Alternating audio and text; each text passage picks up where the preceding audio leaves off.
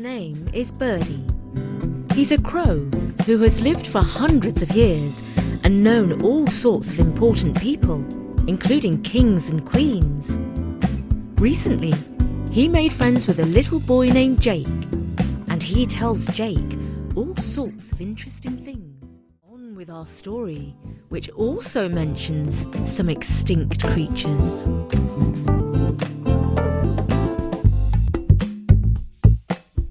Birdy and the Dinosaurs. It was the start of winter. The weather was frosty and evenings were growing dark, and Mum was in the kitchen cooking up cosy dishes for supper. She was chopping up garlic, its sharp scent mingling with the savoury aroma of sausage stew, when Jake's little sister Elle burst into the kitchen, her face scrunched up in annoyance. Mummy, Jake's watching a scary dinosaur movie again, she complained, tugging at Mum's apron. Mum, her hands busy with the garlic, replied without turning around. Yes, and? You know he gets nightmares from dinosaur movies. Plus, I want to watch my manga series. Mum let out a sigh, a small smile playing on her lips. She secretly enjoyed a good dinosaur movie herself. Oh, all right. Tell him to turn it off, she said, her voice carrying a hint of reluctance. Elle dashed off to the living room, and soon enough, Jake's protest echoed through the house. Oh, come on! It's about dinosaurs. It's not even scary. And Dad says they use tomato ketchup for the blood in movies. The squabble escalated, and Mum had to step in. Jake, grumbling under his breath, retreated to his room to read about dinosaurs. Though annoyed, a part of him was excited. It was around this time that his best friend Birdy usually came by for a chat, and today was no different. A familiar tap-tap-tap sounded at the window, and Jake's face lit up. Birdy! A very good evening to you, Birdy replied, his voice smooth and wise. I've got a question, Jake said. Are you old enough to remember the dinosaurs? Birdy flapped his wings. Goodness gracious, you mean giants like T-Rex and Brontosaurus? I'm not that ancient. Oh, sorry, no offence. I just never knew how old you really are, Birdy cawed.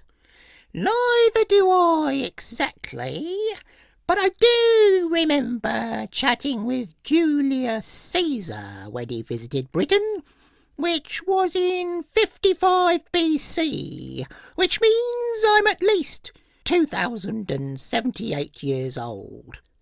And when did the dinosaurs become extinct? Extinct?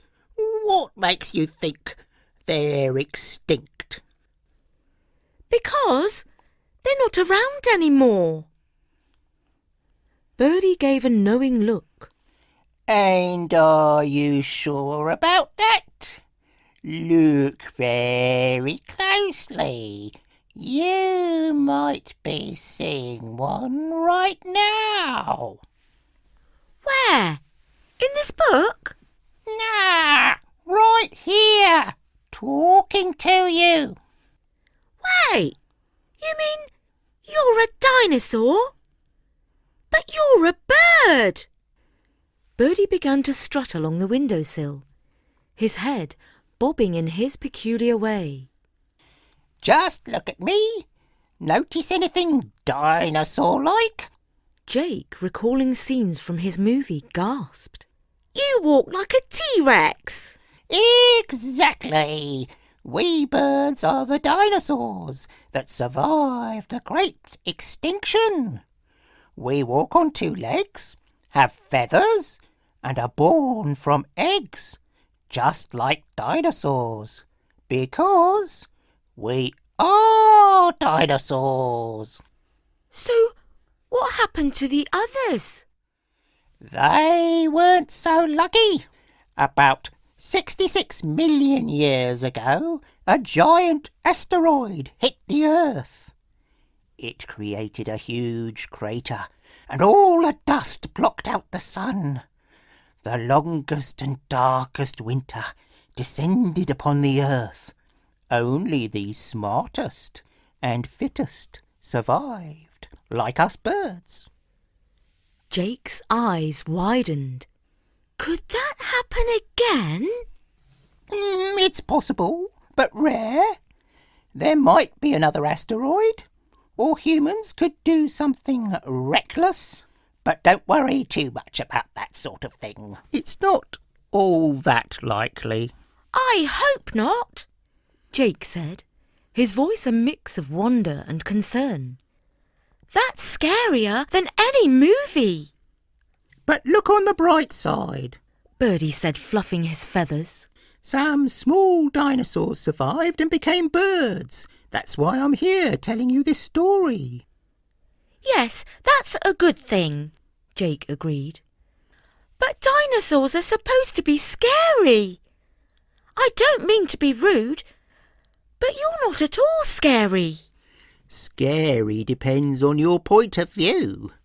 If you were a worm, you'd be plenty scared of me. Well, I'm glad I'm not a worm.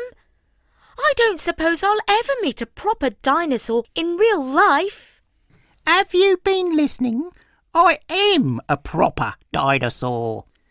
But if you mean a scary dinosaur, then that could be arranged. Would you like to meet a scary dinosaur? Oh, yes, so long as you can arrange for my sister to meet him too. All right then, you're on. But don't blame me if you or your sister get scared good and proper. And if you have nightmares, don't go crying to your mummy, telling tales that Birdy the Crow gave them to you. I won't, I promise. But make sure the dinosaur doesn't eat me, please. It probably won't. I don't mind if he eats my sister, though. Just kidding. All right then. Well, it's time for me to retire to my nest. Sleep tight and mind the velociraptors don't bite. Bye-bye, Birdy. Next time I see you, I'll tell you all about the dinosaurs.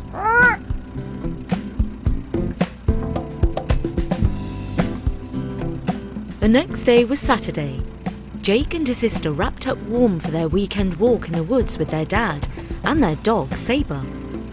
On the way there in the car, Jake said, I can make a prediction. Today we will find a dinosaur in the woods.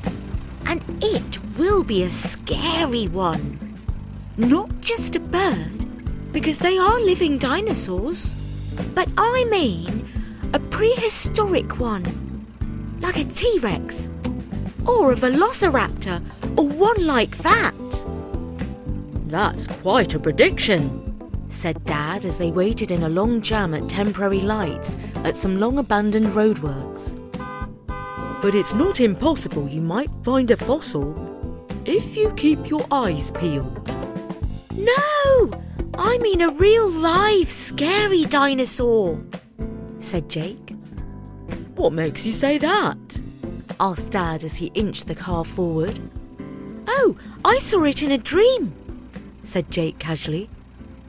His sister piped up. Jake's having nightmares because he's been watching scary dinosaur movies again. No, I haven't, retorted Jake, because you've been hogging the TV to watch your manga princess movies. She's not a princess. She's a secret girl samurai, and she could slice you into tiny sushi pieces, said his sister. Yeah, but T-Rex could swallow your samurai girl up in one gulp, retorted Jake, making an eating noise. No, she couldn't. And the bickering went on all the way to the woods like this. The woods, when they arrived, were more peaceful, at least to begin with. A short stroll beyond the car park was a giant sandpit, that Dad said might have once been a stone quarry. According to Jake, it was the spot where a giant asteroid had crash-landed millions of years ago. Elle, with a roll of her eyes, said it was just a sandpit for little kids to make sandcastles in. They all ran down into the sandy crater and scrambled up the other side. Now they were in the woods. Sabre, their wire-haired terrier, liked to run off the path and explore the bracken and the undergrowth, on the scent of rabbits, squirrels, and the occasional deer. Remember, keep your eyes open for a dinosaur, Jake reminded Elle, who warned him a girl samurai would come riding through the woods to teach him a lesson. They walked on until they heard a loud squealing noise somewhere in the thicket. It was accompanied by some rasps and hisses. That's Sabre crying, said Jake, and he ran off through the trees, his feet swishing through the fallen leaves. He headed in the direction of the noise and a holly bush with red berries. Sabre came running towards him, pursued by a pair of birds about the size of Christmas turkeys. But only they weren't birds, because although they were feathered and ran on 2 legs, they had arms instead of wings and clawed hands. One of them was holding a stick and shaking it. Another picked up a stone and chucked it at poor Sabre. Jake picked up the stone and hurled it back at the 2 little dinosaurs, who stopped in their tracks, and both fixed him in their gaze. Jake stared back, and the dinosaurs lost their nerve first and hurried back to their nest in the bush. Jake and Sabre went running back to the path. Did you see that? asked Jake breathlessly. 2 little T-Rexes gave poor Sabre the fright of his life. No way, said Elle. You've been dreaming again. OK, well I dare you to go and take a look. And if you don't, you're a scaredy cat forevermore. And will never be a samurai princess, however many letters you write to Santa, begging him to become one. Elle was too sensible to answer this load of nonsense, but she was not going to let her brother think that she was too scared. So she went off to investigate what was really round the back of the holly bush. It's probably just a couple of bunny rabbits. Jake was literally running away from bunny rabbits, she declared scornfully as she set on her way. But a minute or 2 later, Dad and Jake heard a loud scream. Ah! See, I told you, said Jake to Dad. There's a couple of miniature T-Rexes round there. Elle came tearing back to the path. It's true, she gasped. There's a couple of dinosaurs sitting on a nest of eggs. They've got creepy little hands and oh! Now it was Dad's turn to go and see. Kids, he said to himself, what imaginations they've got. He walked around the holly bush. He didn't find any dinosaurs, but there was a sort of nest on the ground, and inside the nest were 3 smooth stones, just like eggs. Dinosaur eggs, perhaps. He carefully knelt down and checked that they were actually stones, not real eggs. He didn't want to steal some poor bird's babies. Yes, they were too heavy to be eggs. Maybe, just maybe, they were fossils. He picked them up and brought them back to the kids. Well, I didn't find any T-Rexes, but I did find these, said Dad. Dinosaur eggs, declared Jake. The dinosaurs will be real cross with you for stealing their eggs. Dad laughed and said they were just stones. But just in case, they hurried back to the car, each carrying an egg, or a stone, or a fossil, or whatever they were. That evening, Jake showed his dinosaur egg to his regular visitor Birdy. If I keep it warm, Will a T-Rex hatch out of it? Well, maybe, if you sit on it for 1,000,000 years. But actually, nah. Those weren't T-Rexes you saw. T-Rexes are the size of double-decker buses. Those were Oviraptoridae, who are much smaller. But did you notice how they look like birds? Yes, I did, said Jake. They were like turkeys, only they had arms instead of wings. That's right, said Birdy. Dinosaurs that walk like birds are called theropods. Tyrannosaurus rex is a theropod, for example. And we birds are descended from theropods. So, T-Rex is kind of like your cousin? Yes, said Birdy. And those small dinosaurs you saw are also my relatives. Only they went extinct after the asteroid landed. It was us winged dinosaurs that survived. Yeah, but how come there were a couple of extinct dinosaurs in our woods then?